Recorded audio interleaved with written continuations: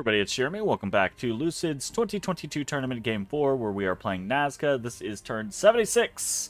We got a couple things going on, so let's talk about them. First things first, research. Alteration 8 completed. Fuck yeah. Awesome. We are on schedule, I guess, for our goals for the Great Underwater War. So firing on all cylinders, trying to get prepped and ready for that. We should have Alt 9 by turn 80, I believe, or maybe 81, but most likely 80. It kind of depends on how many mages we have to move, but we'll see how it goes. So yeah, pretty excited about that.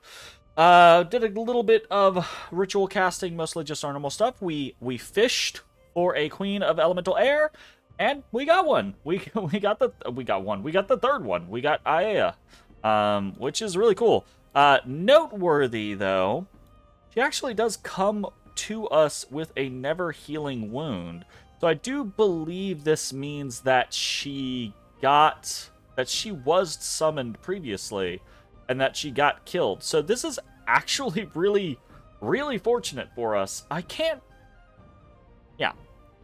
Anyways, I can't remember if someone told me, hey, this queen got killed, you should try to snag it, or if it was just dumb luck. I don't remember. But that's very lucky for us. Unfortunate that she has a never healing wound, but very fortunate that we now have all three of the Queens of Elemental Air, which is pretty neat. There's a battle to watch between Arcocephale and Olm in the Kagoskus Wilderness. The fuck is that? Oh! Holy shit, it's a mono drop. We remember seeing Arco. Well,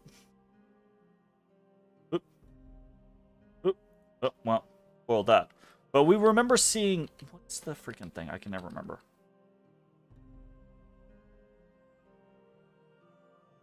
What?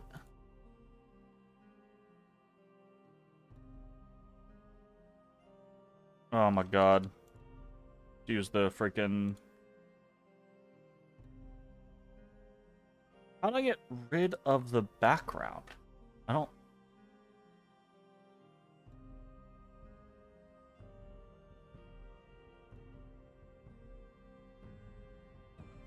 My. What W? Oh, no, it is. Weird. I don't care about that. I don't want.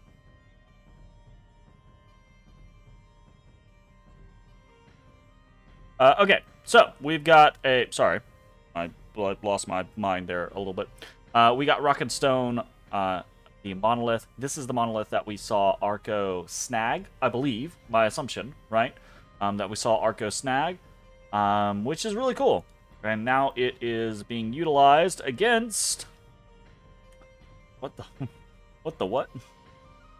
This is the stack of Bear Tribe Shaman? Like, what's going on there? That's very strange.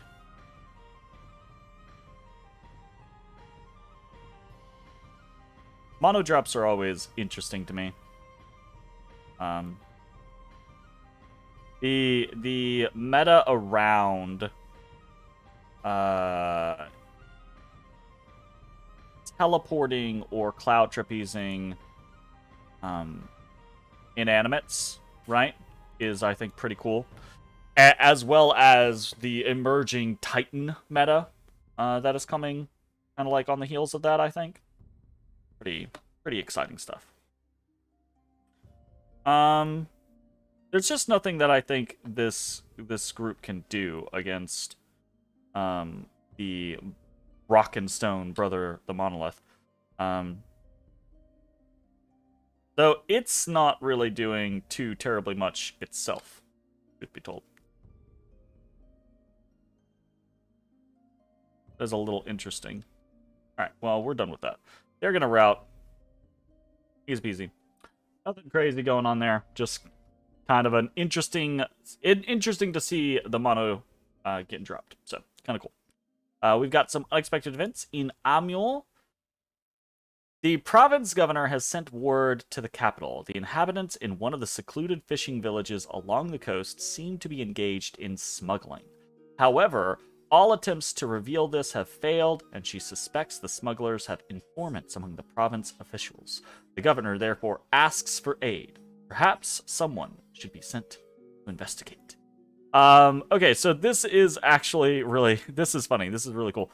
This is, I'm going to dub this as the Cthulhu event, right? This isn't a story event chain that can fire on a coastal province, and it deals with weird fish folk and tentacle monsters and things like that. So we're going to look into this chain and see if we can't, like, get some cool situation to happen. But yeah, should be interesting. And then in Dutrandine Expanse, our she champion was cursed, which is unfortunate. So, events for the turn. I'm going to say the Cthulhu event, it definitely has negative outcomes, but it also potentially has positive outcomes. So I'm going to say it is a positive leaning option because it could get us some stuff and it hasn't done anything bad to us so far. So, events for the turn, 1 negative, 1 positive. We had the Cthulhu event fire, and we got someone cursed, which I think we got someone cursed last turn, which is a little weird. We keep getting cursed people. But, is what it is. So, what else do we have going on? Not really a lot. I say not really a lot. There's a major event foreseen by one of our Royal Malquis. There will be another arena deathmatch. So this is the 3rd arena deathmatch, I think. Which is cool, but also that's a lot of arena deathmatches. And I don't really want to keep risking our werewolf. Because I mean, it's just a werewolf, so I don't know that it's gonna win in a super late game kind of like deathmatch. Is this a... Okay. Powerful magical artifact. Okay, so this is not a no magic arena, right? Which isn't great. Because that means, you know, it's late game. People can send all kinds of powerful magical entities or entities with magic and really just screw us over. So, don't know that this is going to go well for us, but it is what it is. At the end of the day, if we lose our werewolf, that will be that. But we'll try not to, right? We'll try to see what we can kit him out with to get better. So. What are we doing this turn? Moving a lot of scouts. Honestly, moving a crap ton of scouts.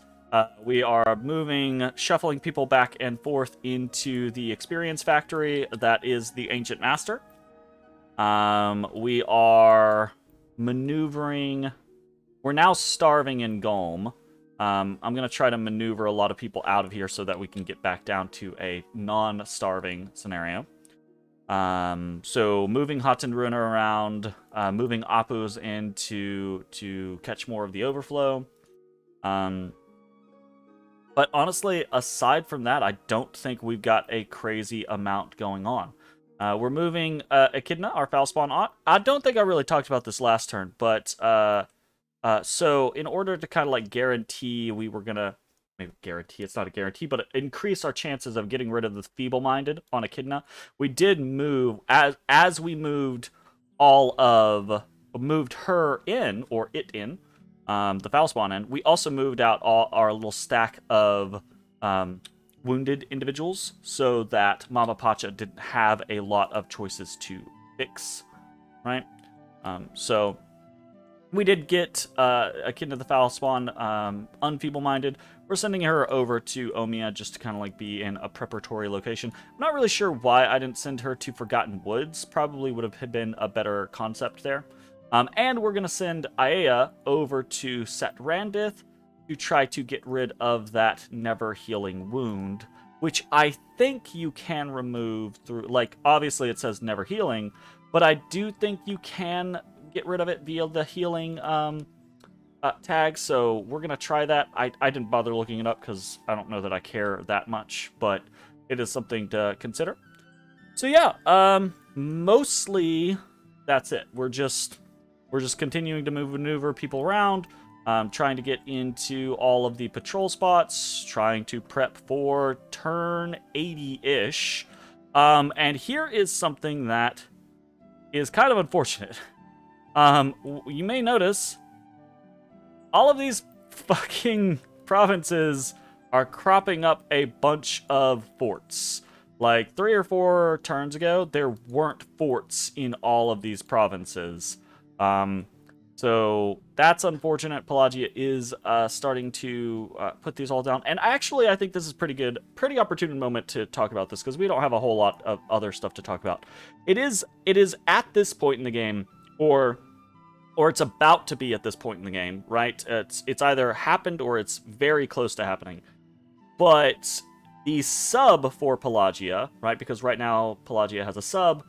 The subs out, right? So we go into our third Pelagian player, and that actually gets really, really interesting, because the player that subs in to play Pelagia at this point is Chiron. I think is how you say that. It probably mispronouncing, but the boatman. But the interesting part of that is that is who bested us when we subbed into the Yomi game. That was the Ubar player that we just came off of, right? That was the game that we were playing prior to this game. That was actually the game we subbed into the Dreamers tournament, just to be helpful, right? Because we didn't need to be in the Dreamers tournament. We were just, subbing to be helpful and make sure that things continued going. And Chiron is the person who won that game as Ubar.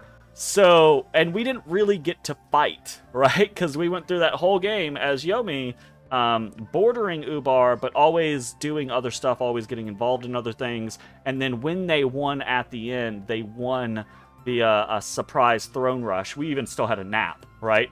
They won via a surprise throne rush on a throne that we were sitting on, that we were trying to take from another player. So it was a very interesting ending, but that means that now we actually get to fight, right? Like, so we actually get to, and obviously, right, as the player comes in, again, I'm not sure if it was this turn or if it's in the next coming turns. When the player comes in, they look around and they're like, hey,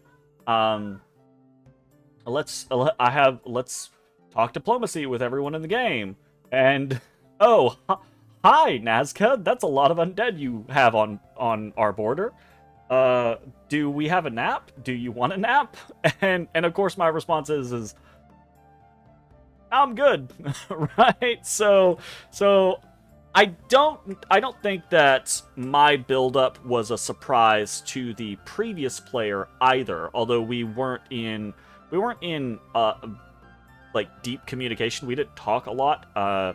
The sub for Pelagia that subbed in was, again, just subbing, trying to get the game moving along. So this is going to be interesting. I'm actually pretty excited at this turn of events. I do think it maybe doesn't ruin the surprise, I suppose, but like I do think it shifts my element of surprise kind of away, because I do think now the Pelagian player is expecting me to attack, but I still think it's going to be fun. I still think it's going to be an interesting situation. So let's talk about what we are actually doing this turn, some mechanical situations. Over in Amul, we have one lab going up, basically turning Amul into a real boy. So we've got that situation, because we've had this fortification built up for maybe like 10 or so turns now, but we haven't we just last turn put a temple in there. We just this turn are putting a lab. So just trying to make it an actual contention point. We can teleport into it, we can gateway people into it, etc., to potentially threaten Satala if we need to. So there's that. And then other stuff we have going on. We have very, very sparse recruitment this turn. Recruitment for the turn, 1 Hydromancer and 5 Sun Guard. That's it. Because we have almost no money because of that lab going up. And it's really unfortunate, right? Like we are scraping the barrel on our income versus our upkeep. Oh, I'm not gonna jump the gun, but it's almost to the point to where I'm like, fuck it, let's just attack Pelagia now, right? I need money. I am starving. It's not good. So we're gonna have to figure our way through that and see what we can do. Next up, we have Nazca recruits for the turn. 62 Hatan Runa, nice haul. 176 Long Dead Warriors, we're getting there. 15 recalled Supaya, and 2 summoned Supaya for 14 additional Supaya.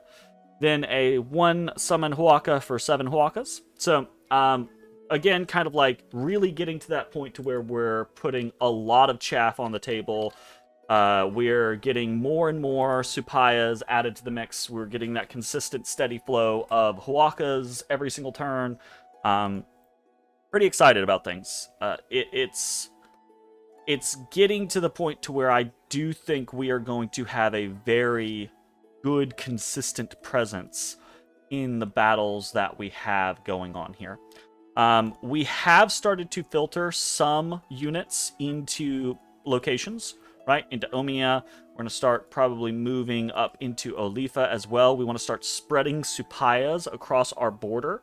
And we're not really hiding them, right, per se, but we don't want one massive stack in one location. One, because that's not going to allow us to hit multiple locations, but also two, I would rather people look at our provinces and see, oh, that's a bunch of Long Dead, right, and not realize that there's 40 or 50 Supaya there as well, right?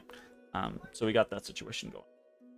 Next up, we got special recruits for the turn. 1 Direwolf, 1 Dustwalker, continuing there, but also continuing with our new special recruit list, the 1 Earth Elemental, 3 Earth Gnomes, and 1 Sylph. I can actually summon Air Elementals, which is super interesting, so we're probably going to want to start doing that as we get the opportunity, but we can't do it right now because we're moving her to get that Never Healing Wound fixed. We'll see how that goes. So, rituals for the turn.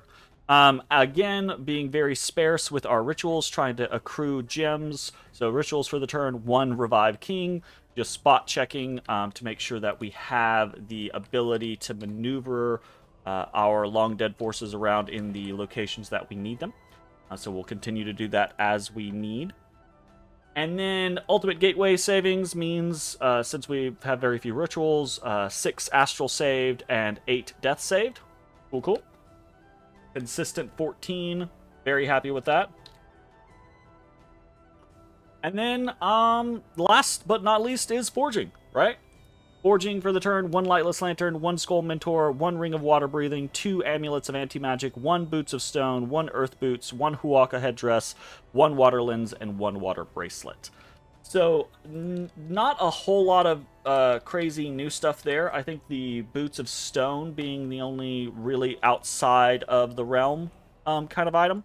Huaka Headdress, additionally for our Royal Malkui. I should have made one last turn so that we had them outfitted this turn, but I forgot about it. Boots of Stone are a potential item that we might use on Huglik, our werewolf, right? Boots of Stone are... We just go check real quick. Boots of Stone cast Stone Skin, right? So putting your base protection up to 15, especially when you are wearing something like a Chainmail of Displacement, can actually boost your protection pretty high, almost close to 30, but not quite. I think will be ultimately what we're looking at there. That's not to say that we are definitely going to use those. But it is an opportunity, I think, to do that. And in doing that, we would get both our defense skill and our protection pretty high. We're kind of in a weird situation because we have the Champion's Trident now, along with the Champion's Helmet. So it's a little strange on what we can do because we can't use a shield or anything like that. I'm gonna ballpark the idea, like what do we think it's going to be a gamble. It's going to be a crapshoot because any of our opponents could send in pretty pretty easy counters to something like what we have with the werewolf. So, unfortunately, I think we've gotten through on luck so far with our werewolf champion, but you know, I don't know that there's, if someone really wants to win this upcoming arena, I don't know that there's anything we can really do about it, because it's a magic enabled arena, right? So anyways, we'll see how that goes. And then everything else I think is relatively self-explanatory. We need more earth boots because we're trying to get probably about 4 or 5 sets of gear for earth-oriented stuff. We are going to have Alt 9 by the time we hit turn 80, I think, again, unless we move a lot of people, so that should be a pretty simple situation for us. And yeah, that's pretty much it. We are starting to stockpile a lot of gems. I am curious about the earth that we're going to do. We might, I've been thinking about this, we might make some... I can't make it on him. Yeah, because they're a weird situation. I might make... Oh yeah, no, I can. It's a helmet. It's not... I might make some of these, the Crucibles of Stone, right? They're a little expensive, but I think they're very worth what you're getting, the temporary gems that you're looking for, because this allows, right? Even our Kings of Elemental Earth, right? They can cast Army of Gold or Army of Lead first turn immediately without any issues, right? 3 gems, done, right? Because they are Earth 5. But our Huron Priest or our Koyas, right, that are Earth 2, they need Earth Boots and a Bloodstone to be Earth 4, and then they can turn 1 cast a Army of Lead or Army of Gold. But it takes them 4 gems because they need the additional gem to boost. But if they have a Crucible of Stone, right, as a headpiece, that gives them 4 gems. So that means, right, they can never be gem baited to the point to where they can't cast Army of Gold or Army of Lead, which I think is going to be extremely valuable for us. So definitely the route that I think we're going to go. I just haven't. We're producing a shit ton of things every single turn, so it's kind of that situation of probably in the next couple turns we're gonna stop producing generalized gear and then start producing very specific gear, right? Like, okay, this I absolutely have to have this for this person, right? Like, what do I need on my Fairy Queen to make her be able to do the nature stuff that we need, right? Like, probably relief, probably mass regeneration, right? Are we doing something like Serpent's Blessing?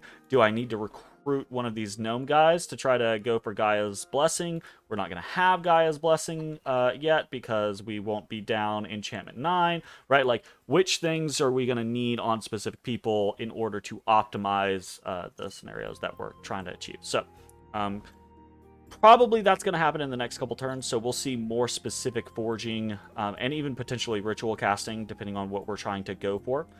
In the next couple turns. But yeah, we're getting close. We're getting really close. We've got stockpiles of undead.